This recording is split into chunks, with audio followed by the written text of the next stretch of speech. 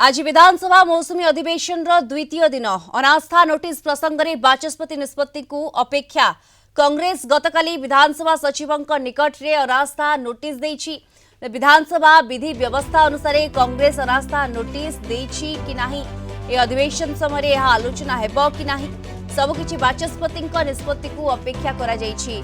एपटे BJD आज केउ प्रसंग उठाइबो, आईन श्रृंखला, महिला निर्यातना और सार अभाव आदि प्रसंग विधानसभा में उठाइबा बीजेडी विधायक दल बैठक में निष्पत्ति होइथिला।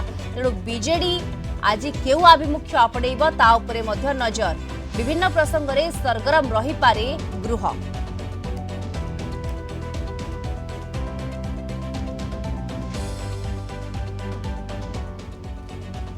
अधिक आलोचना करबा ए संपर्क में समग्र आलोचना पे अवस्था जोड़ी होउछंती आम सीनियर करेस्पोंडेंट प्रीतिकांत नायक जोड़ी होउछंती। प्रीतिकांत, अनास्था नोटिस प्रसंग में बाचस्पति निष्पत्ति को अपेक्षा करा जाइछि, जदि पूरा प्रोसीजर देखिबा, रूल्स देखिबा, कोन रहिछि?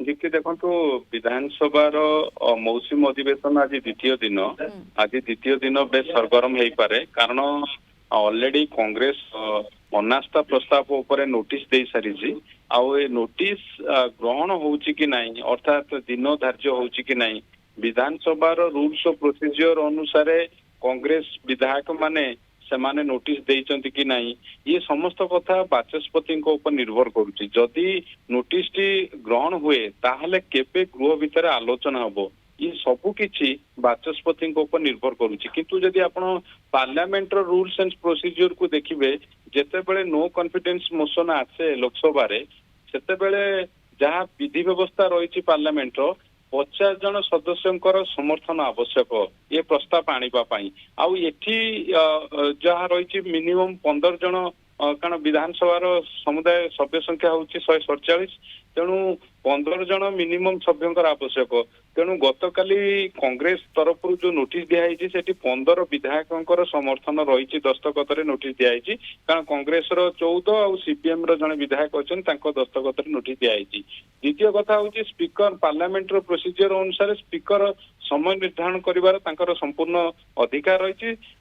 आठी विधानसभा देखिए सहीटा ही डिपेंड करुच्ची स्पीकर ऊपर, सी केबे निर्णय करेंगे, केबे आलोचना हम, किए केते समय अपोजिशन केते कहबे, रूलिंग पार्टी केते कहबे, सी सबू समय निर्धारण करेंगे Bachaspati. Parliament rules and procedure अनुसार जदि आप देखिए 10 दिन भितर जिते नोटिस टे आसीबो 10 दिन भितर आलोचना हबार व्यवस्था रही। एटी विधानसभा से जो विधि व्यवस्था रही से अनुसार 10 दिन भितर आलोचना करिवार व्यवस्था रही। किंतु आपण जे देखिबे ये अधिवेशन समुदाय 7टी कार्य दिवस रही, गतकाली गोटे दिन सरी जाइए, आउ रही 6टी कार्य दिवस।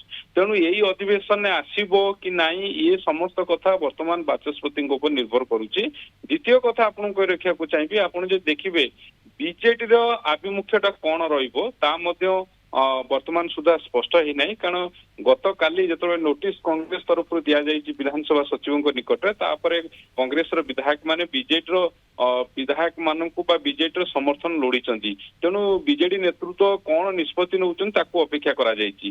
तृतीय कथा, आज मेन अपोजिशन हिसाब से प्रिंसिपल अपोजिशन हिसाब से बीजेडी को प्रसंग उठेबो, बीजेडी विधायक दल बैठक में से निष्पत्ति नहीं सार अभाव, चाषी जो समस्या रही, चाषी हंतसंत होती, आईन श्रृंखला परिस्थिति, ता सहित महिला निर्यातना राज्य जमी बढ़ी बढ़ी की चली सब प्रसंग उठाई से निष्पत्ति नहीं।